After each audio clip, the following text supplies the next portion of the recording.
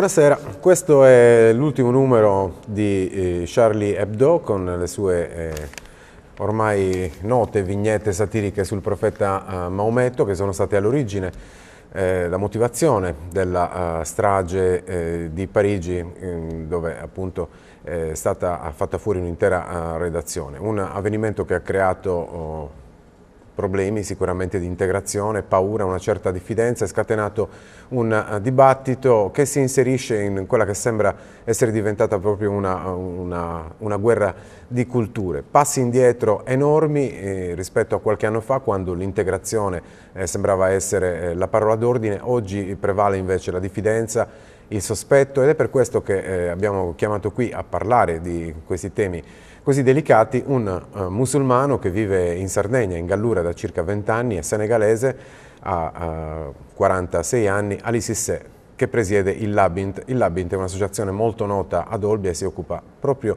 di integrazione. Buonasera. Buonasera Nardino. Che effetto le fa questa copertina? Non sa che in Senegal è stato bandito il giornale? Non... Sì, allora è stato bandito in Senegal il giornale per due motivi. Perché il nostro presidente c'era alla manifestazione in Francia, era in prima fila alla manifestazione contro quello che è successo a Charlie Hebdo, per difendere proprio la libertà di stampa, la libertà di espressione. L'hanno bandito in Senegal perché il secondo numero, questo numero che è uscito mercoledì, sì, è visto nel mondo islamico, nella Umma islamica, come ulteriore provocazione ancora. Lo è anche per lei una provocazione? Per me no, per me non è io sono per la libertà in tutte le sue forme, libertà di espressione, però finché diventa libertà a me mi sta bene. E la libertà di la caricatura ad esempio sulla figura del profeta Mohammed, a me e poi a molti musulmani non gli interessa, non è un problema fondamentale per loro, un problema è un altro, perché se l'avevano fatto anche per il Vaticano oppure anche per la religione ebraica, sarà qualcuno che sarebbe d'accordo, qualcun altro contrario, perché con la religione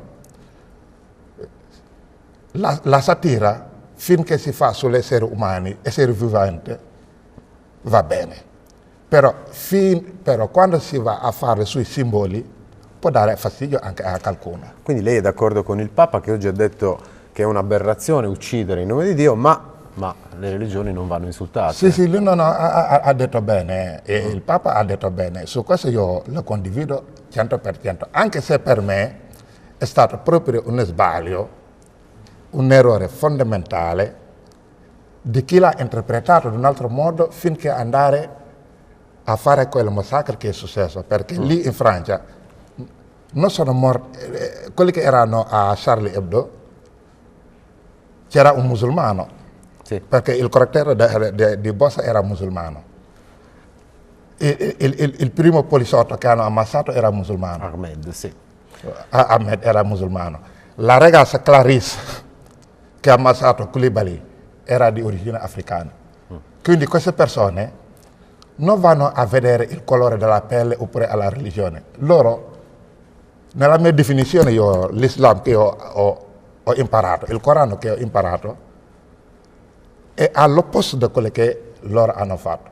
E questi ragazzi non sono stranieri arrivati da fuori, immigrati arrivati da fuori, questi sono francesi, nati. E questa dice la cosa che preoccupa di più? Che sono... È quello che preoccupa di più. L'11 settembre è stato tremendo perché il nemico è arrivato da fuori, però questi sono di dentro, questi sono nati, cresciuti, educati sotto la bandiera, la marseillaise, francesi a tutti gli effetti.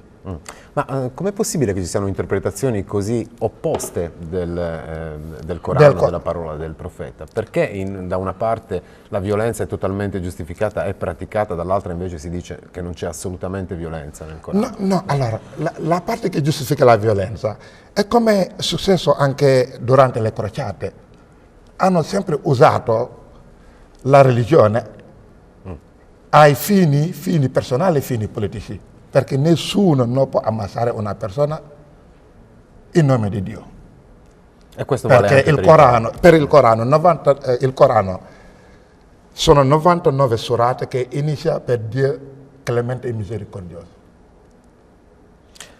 Quindi cioè, lì già inizia per Dio clemente e misericordioso. Allora, Il jihad che loro dicono, la parola jihad, anche io se no sono un teologo musulmano, islamico, la parola jihad nella sua lingua originale significa jihad al-nafs. Tu fai la guerra interiore nella tua fede. senza i Kalashnikov, insomma. Senza Kalashnikov. Dentro è una battaglia che ognuno di noi deve fare dentro di sé. È possibile che abbia ragione allora la giornalista marocchina Karima Moual, che qualche giorno fa sul Sole del 24 Ore ha detto che il tasso di analfabetismo nei paesi arabi è del 20% circa e riguarda 97 milioni di persone, ed è possibile dunque che queste persone fondamentaliste si fidino delle parole di Islam, di imam improvvisati? Sì, sono tutti possibili terroristi. Perché? Uno, dove non c'è l'educazione, c'è l'ignoranza. E purtroppo quando una persona è ignorante, debole di mente, è facile imbarcarsi su una strada che è proprio all'opposto da dove deve andare. Perché se andiamo a vedere quello che succede nel mondo islamico musulmano, anche così, se, ad esempio, un esempio concreto, che sia al-Zawahiri oppure queste eminenze che gli chiedono di fare questi atti di kamikaze, ma hai mai visto che hanno mandato i loro figli oppure hanno detto che questo kamikaze è il nipote di questo? Loro figli o loro nipoti, i loro familiari non ci vanno. Quindi forse ci sono troppi imam che dicono la loro e tutti insomma con differenti versioni. Ecco, bravo, perché alla differenza della religione cattolica che loro hanno proprio una struttura, la parola è unica. Quando parla il Papa, parla per tutti. Nel mondo musulmano non è così. Nel mondo musulmano ognuno ripresenta se stesso.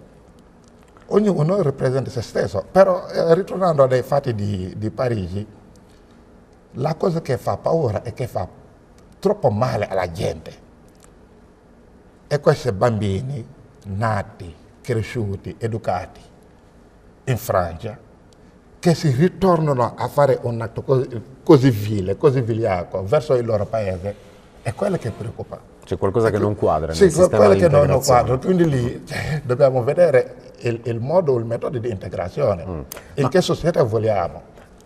Lei sente che è cambiato qualcosa dopo questi fatti di Parigi nell'interagire con le persone, anche a livello locale? Sì, cambia, perché cambia naturalmente che la gente ha un po' di differenza, anche di paura.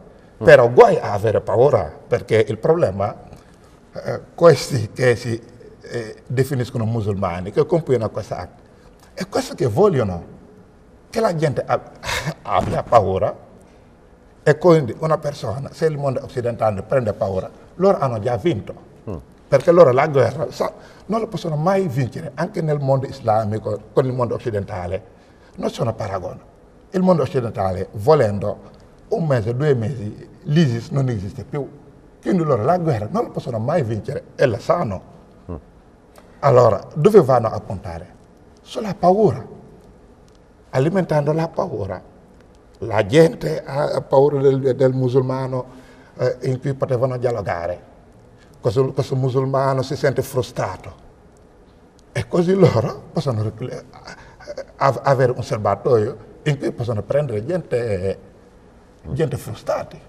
Nella sua esperienza di musulmano qui, le è mai capitato di trovarsi a parlare di discorsi che riguardano appunto lo scontro di religione tra l'Islam e il cristianesimo? No, noi per fortuna... E aver sentito atteggiamenti estremisti? Non lo so. Noi per fortuna questo non l'abbiamo mai avuto, perché anche che sia il vescovo di Tempio, che salutiamo Monsignor Sanguinetti, che le varie parrocchie di Olbia, abbiamo sempre fatto con loro delle preghiere interreligiose, in cui proprio l'iniziativa è partito insieme, l'abbiamo fatto alla Sacra Famiglia, l'abbiamo fatto alle Salette, l'abbiamo fatto a Tempio, l'abbiamo fatto a Portocervo. Queste cose noi le facciamo sempre e con la supervisione e la benedizione del vescovo. Perché il dialogo interreligioso è l'unica salvezza del mondo, perché la fede è talmente forte che dobbiamo tutti lottare e combattere a chi cerca di distruggerla, che sia dalla parte dei musulmani e che dalla parte dei cristiani. Perché anche con questo fatto di Parigi ci sono anche europei, ti dico l'esempio concreto della Le Pen, Sì. che stanno cercando di strumentalizzare questo fatto, mettendo tutti i musulmani nel stesso calderone, sono tutti potenziali terroristi. Perché loro anche guadagnano i voti quando la gente ha paura.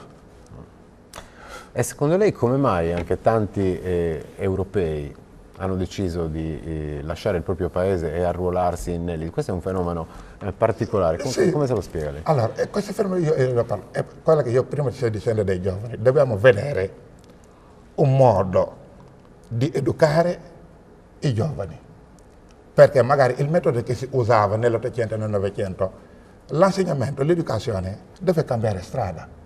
A questi ragazzi, prima cosa, dobbiamo fare in modo che questi messaggi dell'ISIS o dei fondamentalisti, dei terroristi, non arrivino da loro.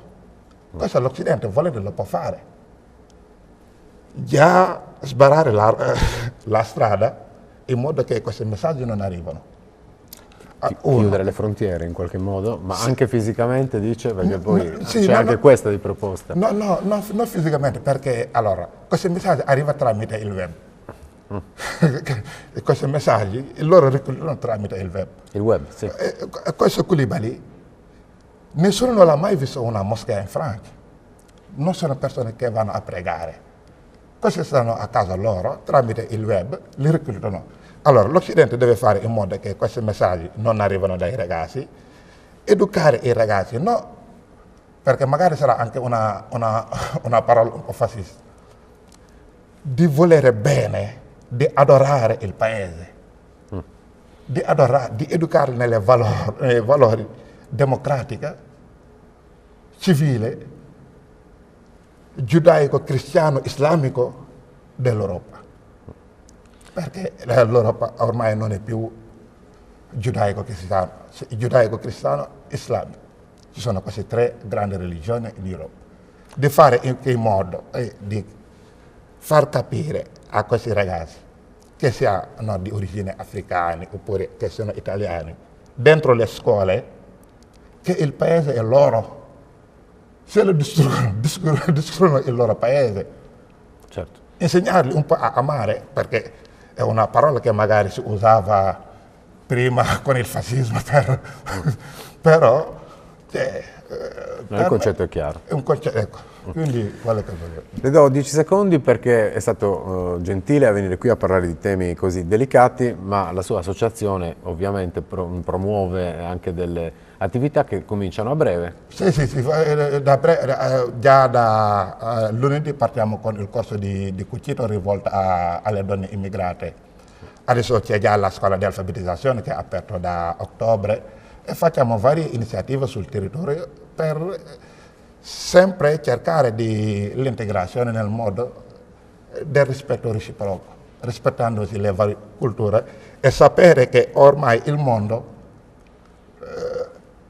qualcuno metteva anche in dubbio la multiculturalità, che il mondo ormai è multicultura, ormai è intercultura, solo che dobbiamo vedere un modo di educare, insegnare ai bambini ai rispetti dei valori dell'Occidente, che qui è la democrazia. Le contrasti non è che si risolvono a colpi di Kalashnikov, però si risolvono a colpi di dialetti. Bene, questo è un bel messaggio. Grazie a Lississè, presidente dell'Abint, buonasera e ci risentiamo domani con l'analisi. Ok, grazie.